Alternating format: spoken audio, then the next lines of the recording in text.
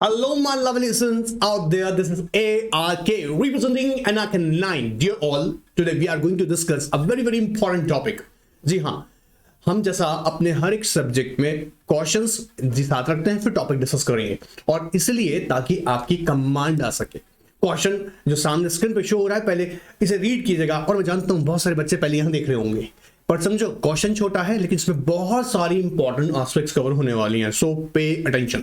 Question क्या है? Does the CSR corporate social responsibility audit and insider trading audit mandatory for every type of company?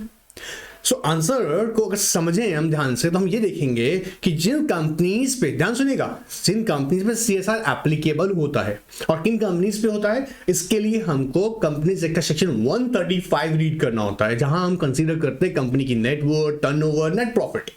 यहां मैं अभी discuss नहीं करने वाला हूं कि कितना हम उसका नेटवर्थ चेक करेंगे, टर्नओवर कितना चेक करेंगे, ठीक है, नेट प्रॉफिट कितना डिस्कस करेंगे।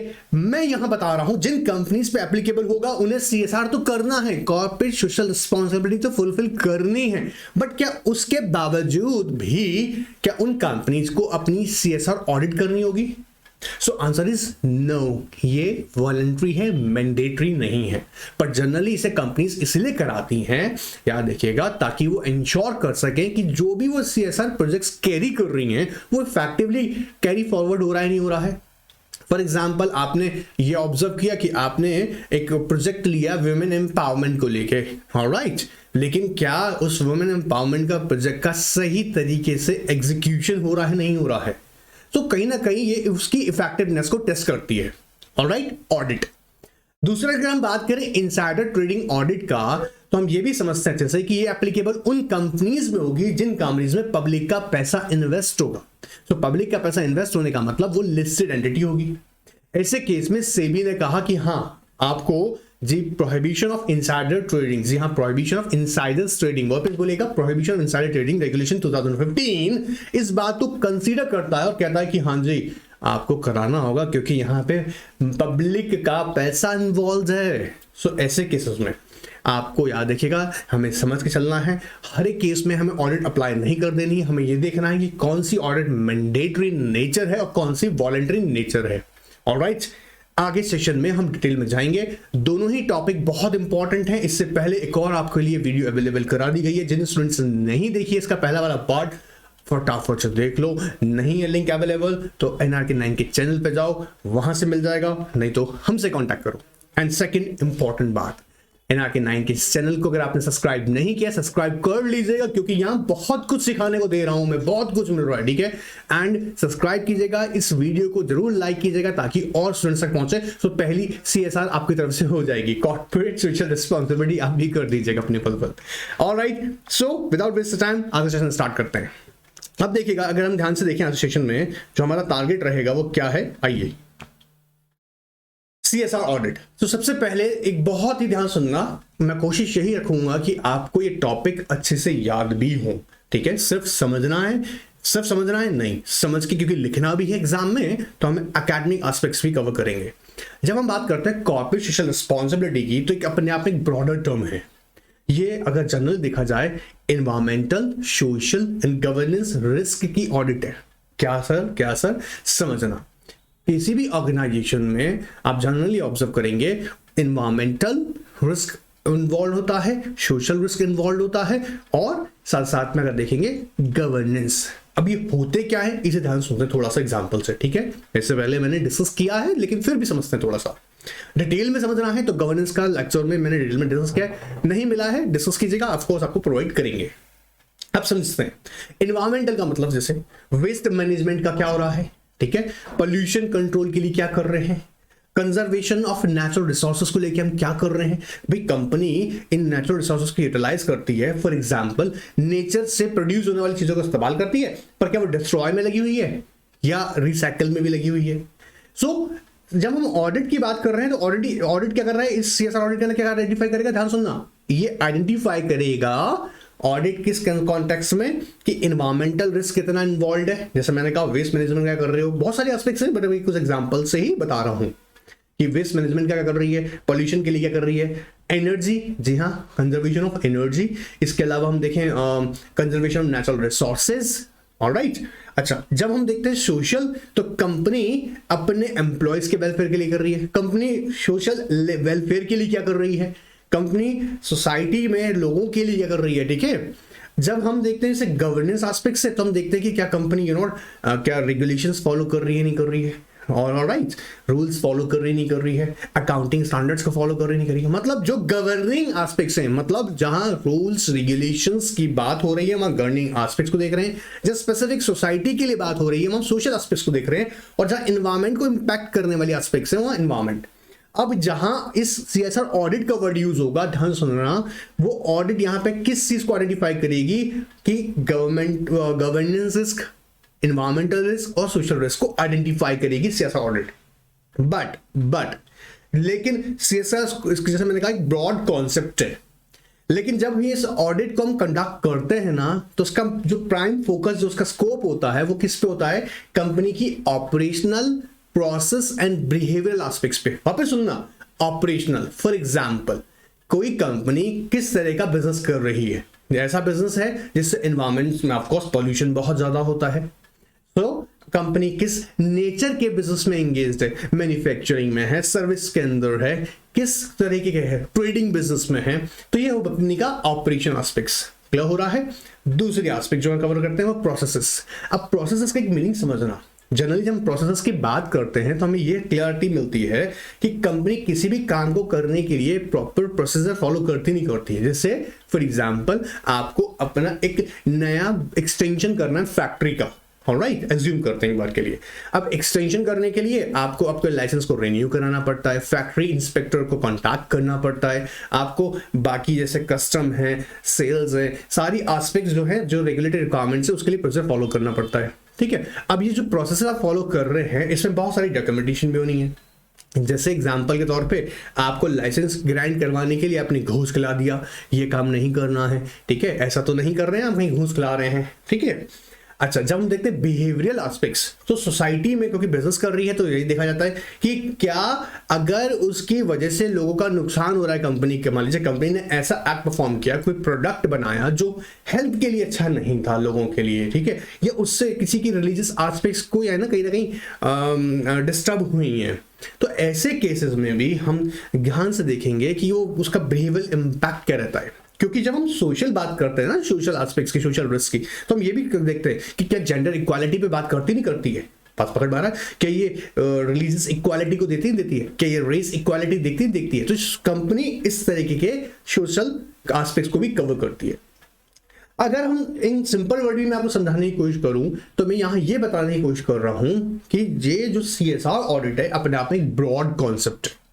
हमें ये आइडेंटिफाई करना होगा इस ऑडिट के करते वक्त कि क्या ये कंपनीज एक्ट में बताए हुए सेक्शन की रिक्वायरमेंट्स प्लस कंपनीज एक्ट के अकॉर्डिंग उसके सीएसआर रूल्स को फॉलो किया नहीं किया। जैसे कमेटी बनाया नहीं बनाया सीएसआर कमेटी, क्या यहाँ पे पॉलिसीज फ्रेम करी नहीं करिए, सीएसआर पॉलिसी बनाया नहीं बनाया, क्या कंपनी, याद रखिएगा, जो बताया गया अमाउंट स्पेंडिंग, सीएसआर स्पेंडिंग, वो प्रॉपरली स्पेंड कर रही है।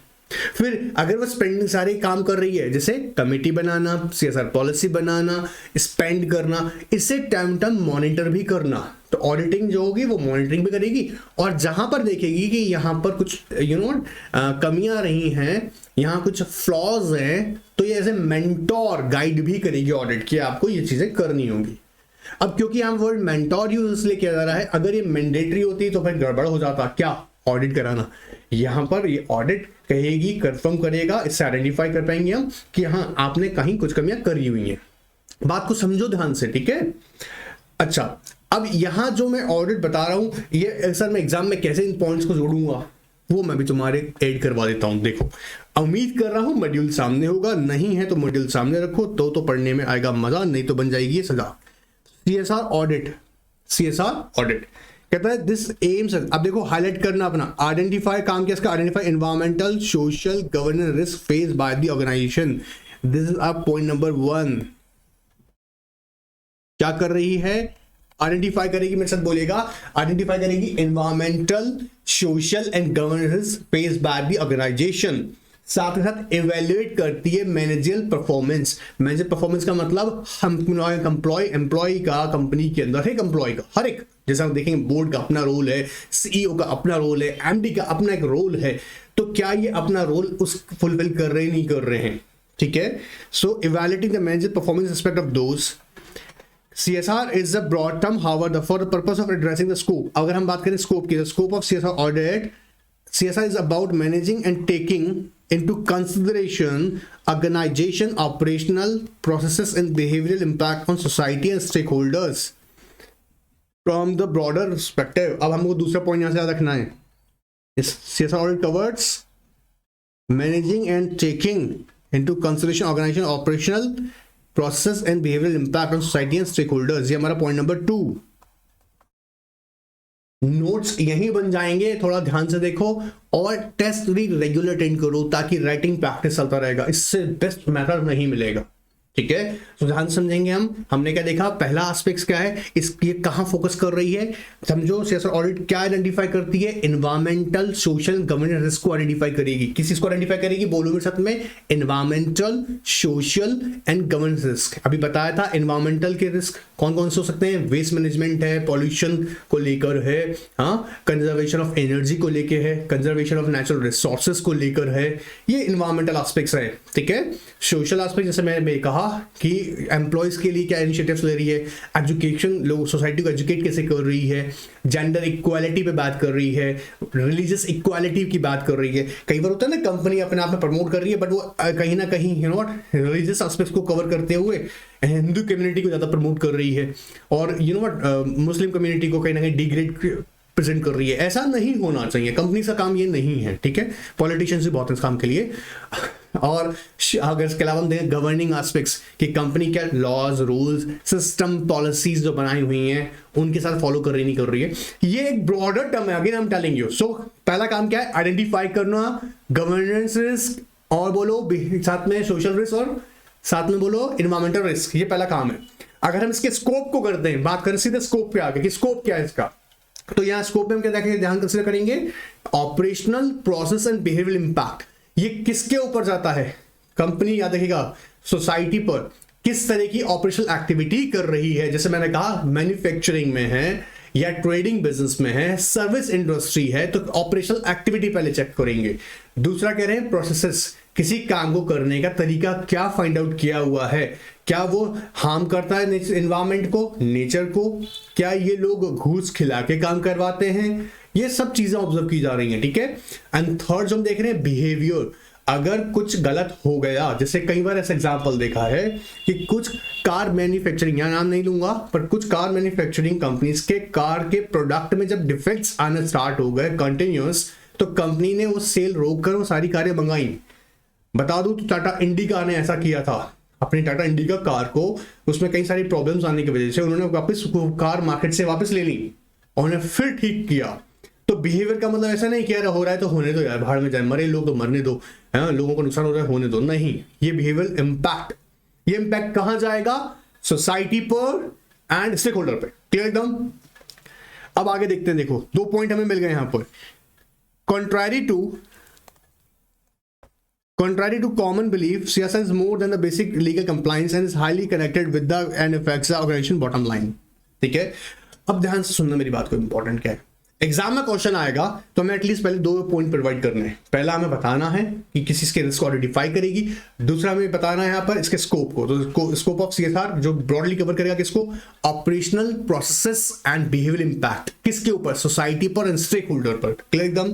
अब यहां पर साथ साथ में हमको कुछ पॉइंट्स कवर करने हैं, बहुत सिंपल से, एकदम ध्यान से सुनना बस। देखो क्या इंश्योर करेगी, ensure compliance with the companies provisions respect to the constitution of CSR committee, क्या आपने कमेटी बनाया नहीं बनाया है, क्या आपने सीएसआर पॉलिसी अडॉप्ट की है, और अप्रोच ये डिसाइड करना, देखना appropriate spending toward CSR activities. हम जानते हैं कि 2% ऑफ नेट प्रॉफिट हम उनको एवरेज 3 ईयर का नेट प्रॉफिट का हमें स्पेंड करना होता है, तो इंश्योर करना ऑडिट के थ्रू कि क्या स्पेंडिंग हुई है या नहीं हुई है।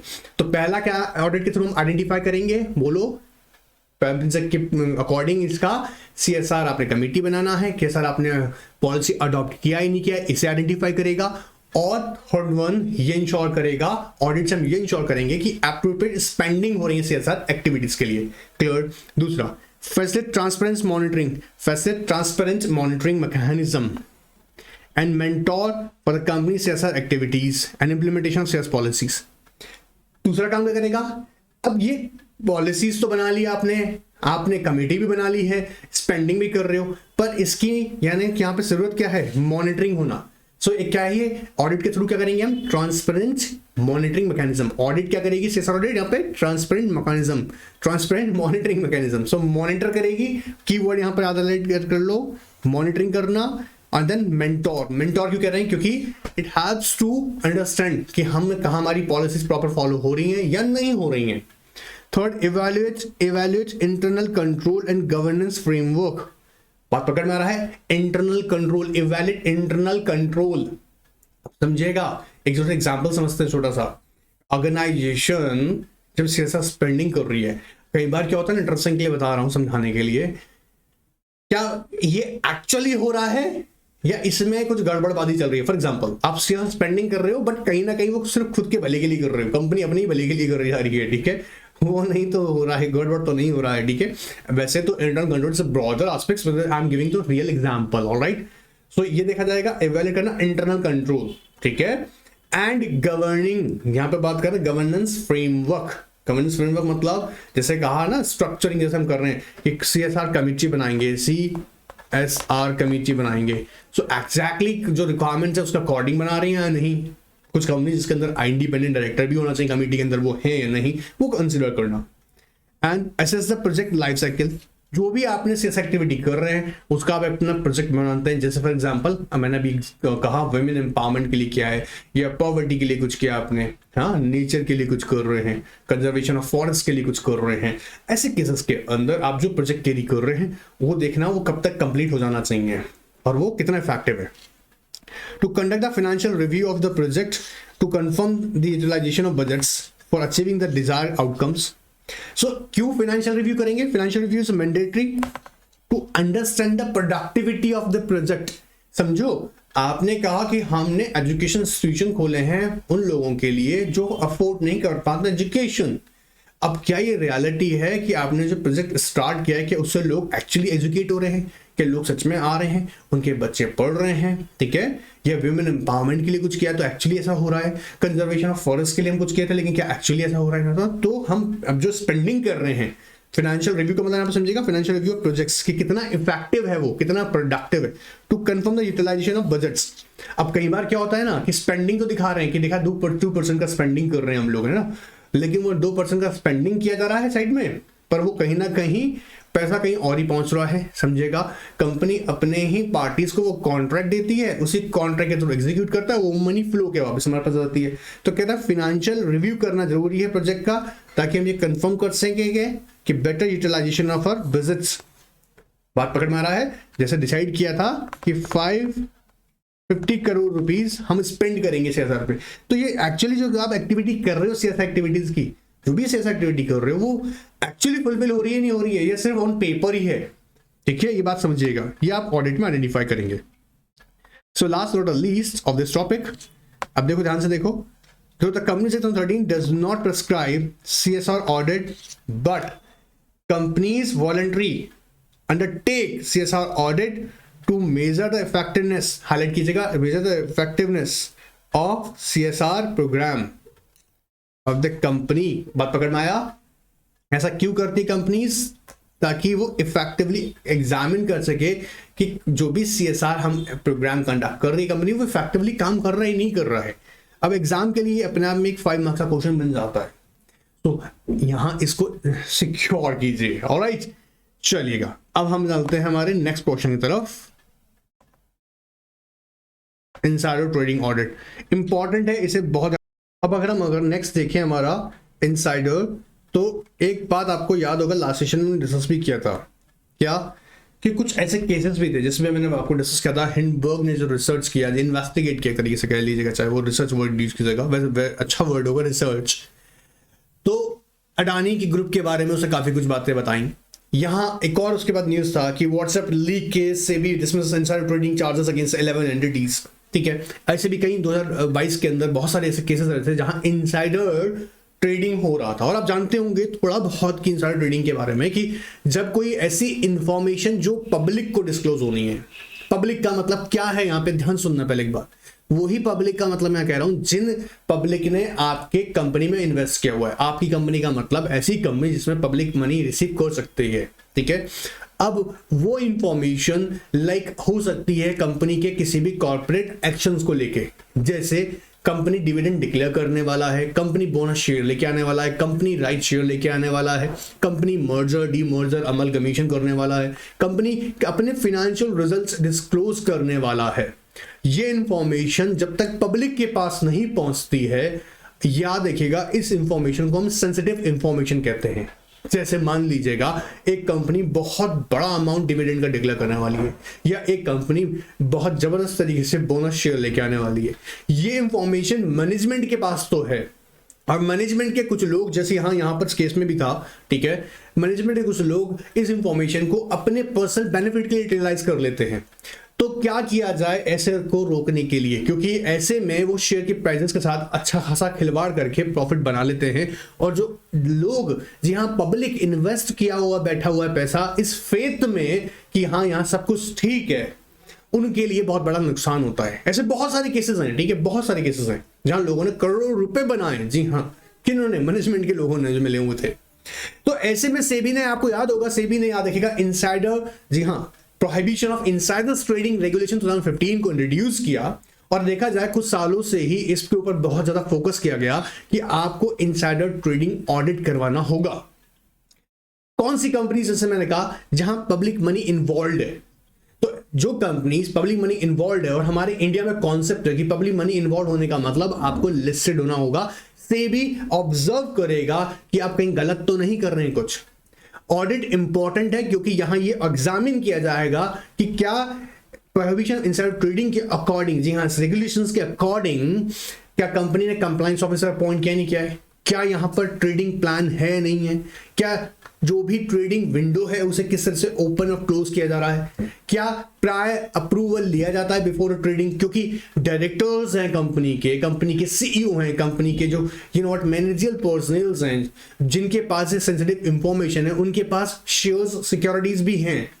तो क्या वो उसमें डील नहीं कर सकते हैं? जी, डील तो कर सकते हैं, लेकिन according to trading plan with the prior approval.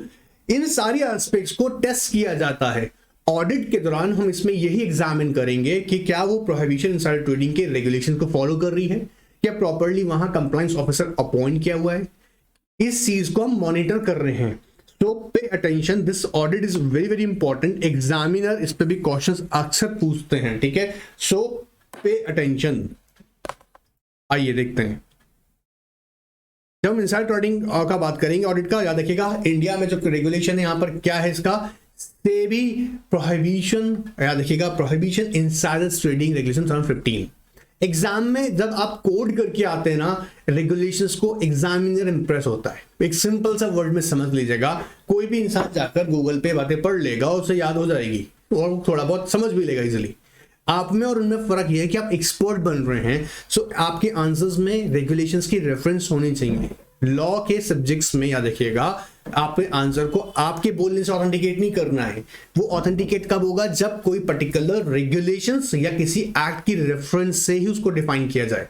तो जब हम इसको समझेंगे तो हमने जैसे कहा prohibition of insider trading regulation 2015, ये किसके बारे में बात करेगा? देखो ध्यान से रखो, the directors it's not working, please pay attention towards the screen. Directors, agents and other officers were found to be using insider information for profitably speculating in securities of their own. अब ये जात simple सा है, समझो। ध्यान से आइएगा।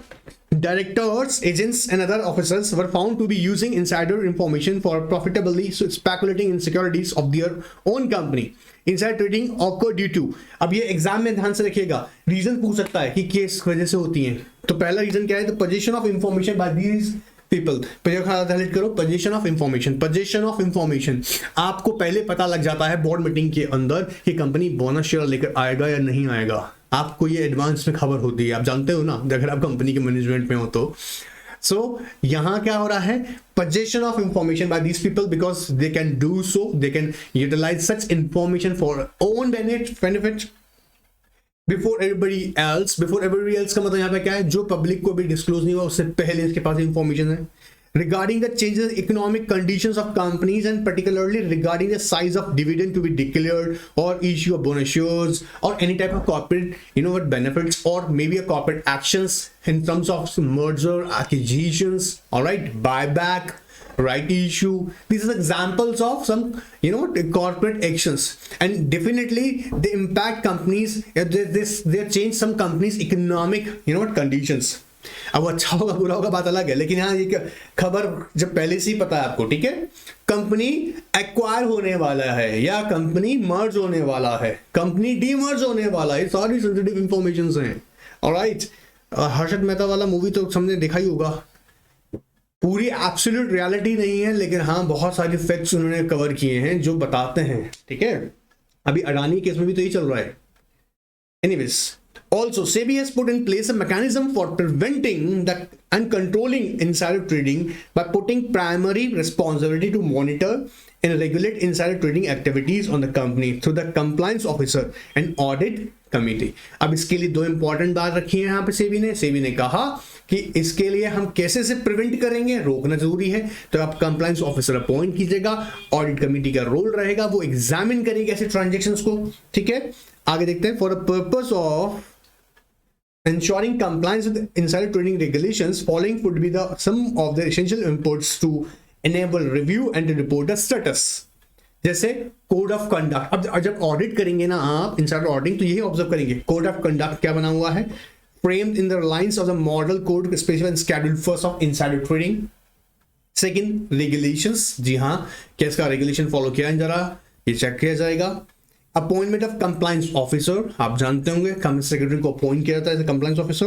Responsibility discharge by the compliance officer, preservation of price sensitive information, closing of specific trading window, prior approval of trading and reporting requirements by the directors officer designated employees. जी हाँ, अब ये सारी एस्पेक्ट्स हम कवर करेंगे किसके अंदर, जब हम ऑडिट करेंगे। जैसे एग्जांपल ले लेते हैं, कंपनी के डायरेक्टर ने सिक्योरिटीज परचेज करी है, सेल करी है, तो ये डायरेक्टर का ड्यूटी बनता है कि वो कंपनी को डिस्क्लोजर दे, क्या वो डिस्क्लोजर दे रहा है नहीं दे रहा है, ये ऑब्जर्व किया जाएगा, ठीक है।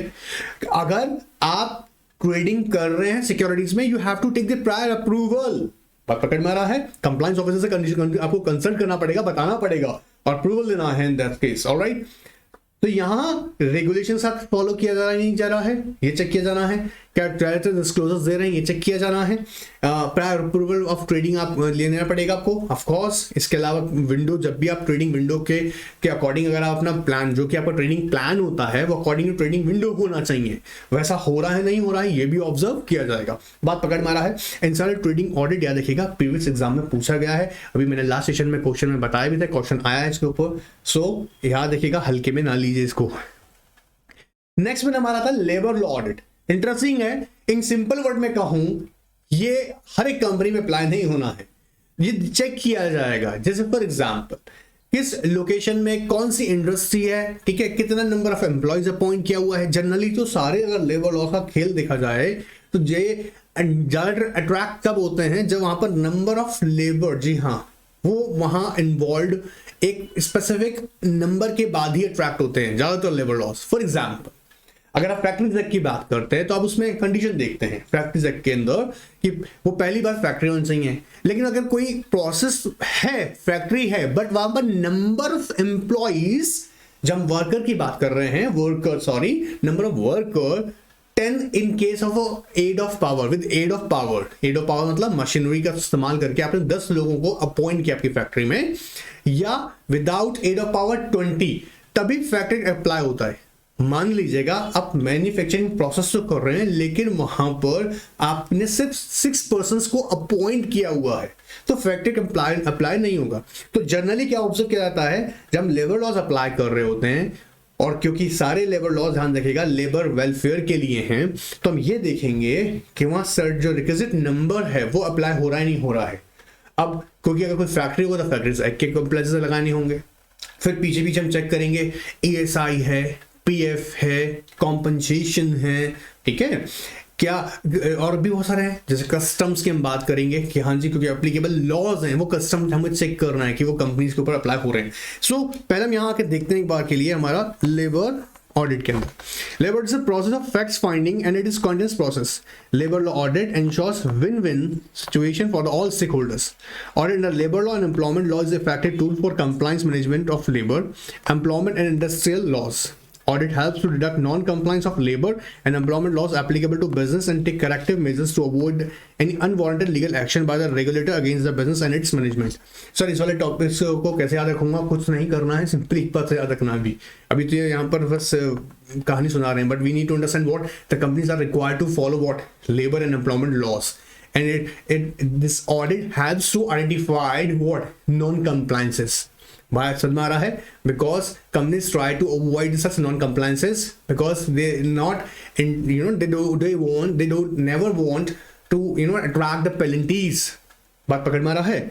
अब सेम यहीं पे इन्होंने वापस बोला। अब मैं आपको बताऊं, मेनली यहां पर पढ़ना स्टार्ट करो। देखो ये इंपॉर्टेंट पैराग्राफ है यहां पर। Labour audit covered all labour legislation. Labour legislation जैसे इंडस्ट्रियल डिस्प्यूट को हम चेक करें, चाहे हम अगर बात करें हमारे यहाँ पे फैक्ट्रीज की बात करें, एएसआई की बात करें, वेजेस एक्ट की बात करें, मिनिमम वेजेस की बात करें, पेमेंट ऑफ वेजेस एक्ट की बात करें, हाँ पीएफ का बात करें, कॉम्पनसेशन का बात करें, ये सारे के सारे कौन से लेजिस्लेशंस हैं? Labour law legislations applicable to industry and business or any other commercial establishments. When audit is being conducted by the labor law auditor, scope of labor audits will be certainly different from the business to business. Of course, for example, if the business does not have a factory, the provision of companies, of course, Factories Act apply नहीं होगा। अगर आपकी factory नहीं है तो factory apply नहीं होगा।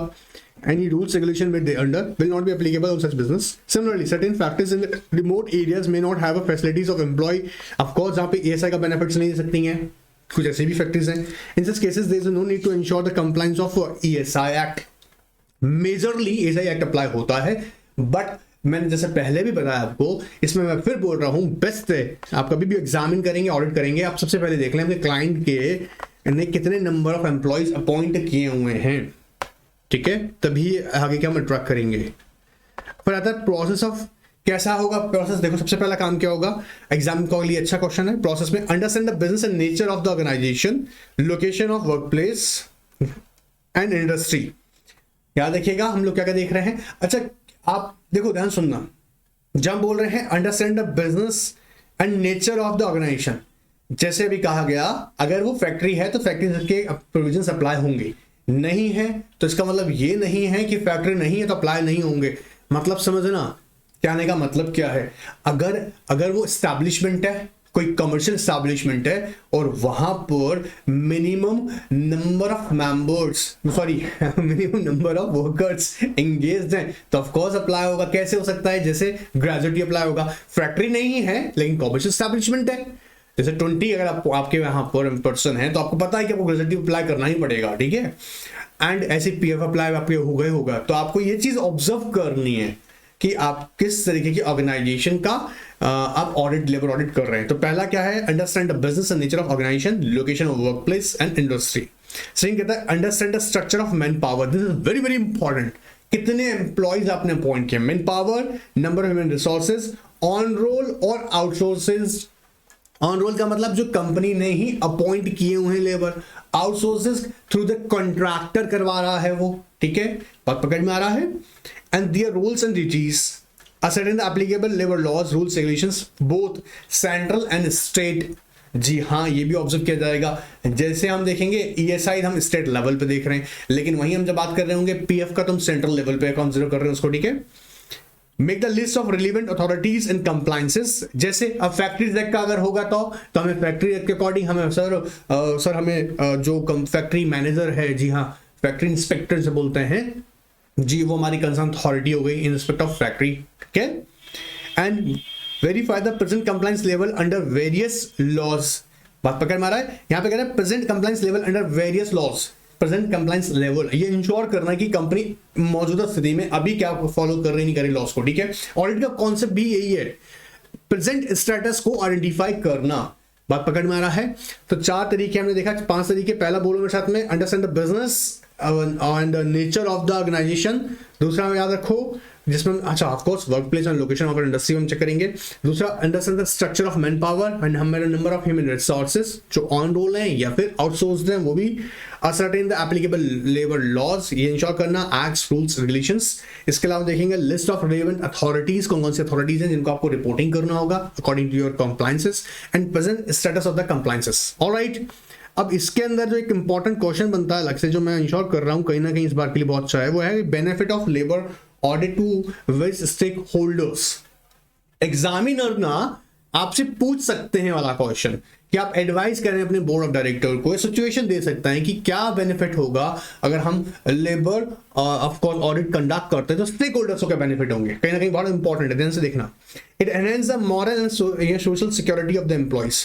अब एम्प्लॉय जब जॉब पे जा रहा है तो उसको ये भरोसा है कि मैं सेफ हूं, अगर कल को फैक्ट्री एग्जूम कीजिएगा फैक्ट्री में कोई हादसा हो जाता है तो वो कंपनी, जी हाँ वो मैन्युफैक्चरिंग यूनिट जो भी वहां चल रही है उसने मुझे मेरी याद रखिएगा कॉम्पनसेशन मुझे देना है, तो ईएसआई के बेनिफिट्स मुझे मिलने हैं, तो मैं कहीं ना कहीं सिक्योर्ड फील कर रहा हूं। ठीक है, तो कहता है it enhances the moral and social security.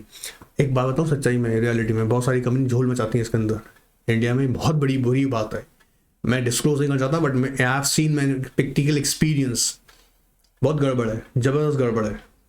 Anyways गड़बड़ तो छोड़िए, हम सीधा टॉपिक पे आते हैं। अभी हमारा रोल ये होना चाहिए कि हम जब इनकी ऑडिट करें या ऑफ कोर्स हम इन रियलिटी बताएं, ठीक है, ये हमारा रोल है। एनीवेज तो enhances the moral and the social security. फिर इसके अलावा बात करता है maintaining the sense of belongingness between the employ and employees. जी हाँ, अब एम्प्लॉय को ये फील नहीं आएगा कि भाई मैं यहाँ एक नौकर हूँ, जब इस तरीके सोशलनेस याद रखेगा वेलफेयर के पर्सपेक्टिव से अगर देखा जाए, क्योंकि ये लेबर लॉ वेलफेयर लेजिस्लेशंस हैं, तो कहीं ना कहीं एक बिलोंगिंगनेस आती है ना, एम्प्लॉय को भी लगता है कि हाँ this is my own establishment, ये मेरा खुद का एस्टैब्लिशमेंट है। तो पहले में हमने बात समझी है enhance what moral, enhance moral and social security. Second, you know what, maintain the sense of belongingness between the employer and employee. Third आता है ensures timely payment of wages। अब जैसे जानते होंगे पेमेंट ऑफ वेजेस एक्ट, हाँ ये एक बात किसको इंश्योर करता है, टाइमली पेमेंट ऑफ वेजेस को लेके।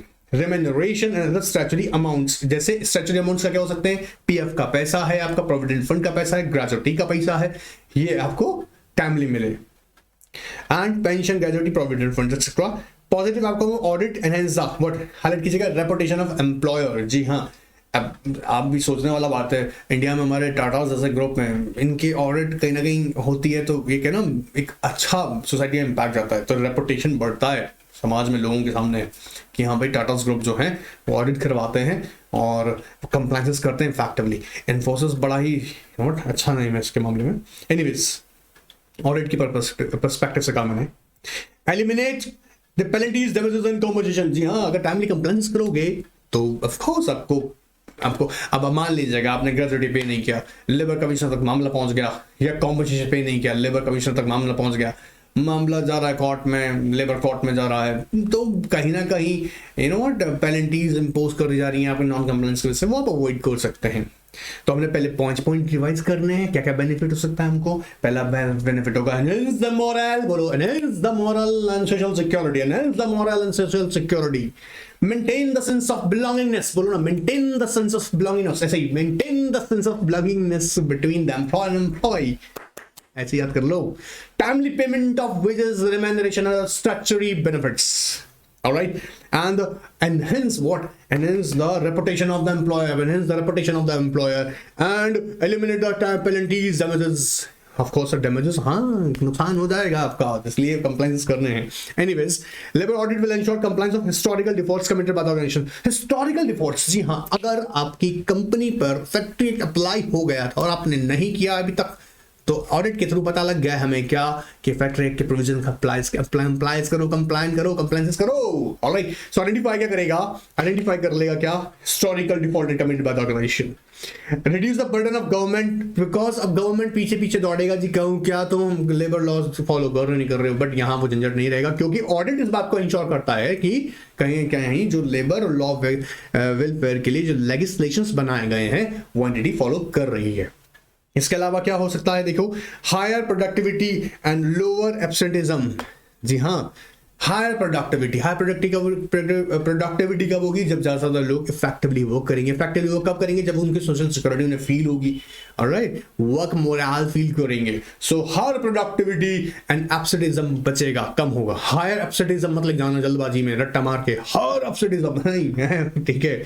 And preventing lockout, retrenchment and strikes. जी हाँ, क्योंकि कानून अगर कह रहा है कि मिनिमम वेजेस देनी है तो आप देनी है, बात पकड़ में आ रहा है, बोनस देना है तो देना है, और वो उतना ही कंपनी उसे प्रॉपरली फॉलो कर रहा है, तो ऑफ कोर्स ना कोई स्ट्राइक का झंझट होगा, लॉकआउट्स नहीं होंगे या रिट्रेसमेंट्स नहीं होंगे। Clear? And cooperation and good understanding improves labour relation. जी हाँ, and this is indispensable for the good corporate governance. बात पकड़ में आ रहा है, क्या बोल रहे हैं, cooperation good understanding improves the labour relation. Of course, अब भाई बहुत सारा वैसा केस होता है जहां पर लेबर अगर मान नहीं जाए ना, मूड खराब करके बैठ जाए और उसके अच्छे के लिए आप काम नहीं कर रहे हो, कंपनियों के काम रुक जाते हैं, आफत आ जाती है। बात पकड़ में आ रहा है। और जिन कंपनीज के एफएमसीजी प्रोडक्ट्स हैं, सोच के देखिएगा, जिन्हें रोजाना लाखों यूनिट्स है ना प्रोड्यूस करनी है, वहां अगर फैक्ट्री 2 घंटे के लिए बंद हो जाए ना, तो उनके कंपनी के लिए बड़ा मुश्किल हो जाता है। तो कंपनी को चाहिए कि एक रिलेशनशिप मेंटेन हो उनके बीच में। सो यहाँ पे इसलिए वर्ड लास्ट यूज होता है, cooperation good understanding improves the labour relation. अभी 10 पॉइंट्स जो है ना, I am expecting that this question you know what may be asked, so you must prepare it carefully. कोई टॉपिक यहाँ पे डाउटफुल लग रहा है, सर मेरे को उसका मीनिंग क्लियर नहीं है, you can send your queries on NRK9 WhatsApp official number, वहां हम डिस्कस करेंगे। ऑलराइट, वहां करते ही हैं, करेंगे क्या, करते ही हैं। तुम्हारी जहां क्वेश्चन आंसर कर सकता हूं वहां करेंगे। कमेंट बॉक्स में तुम तारीफें करते हो, करते रहो, मुझे कोई इशू नहीं है, लेकिन लाइक करना मत भूलो वीडियो को, ठीक है, अगर अच्छा लगा है तो।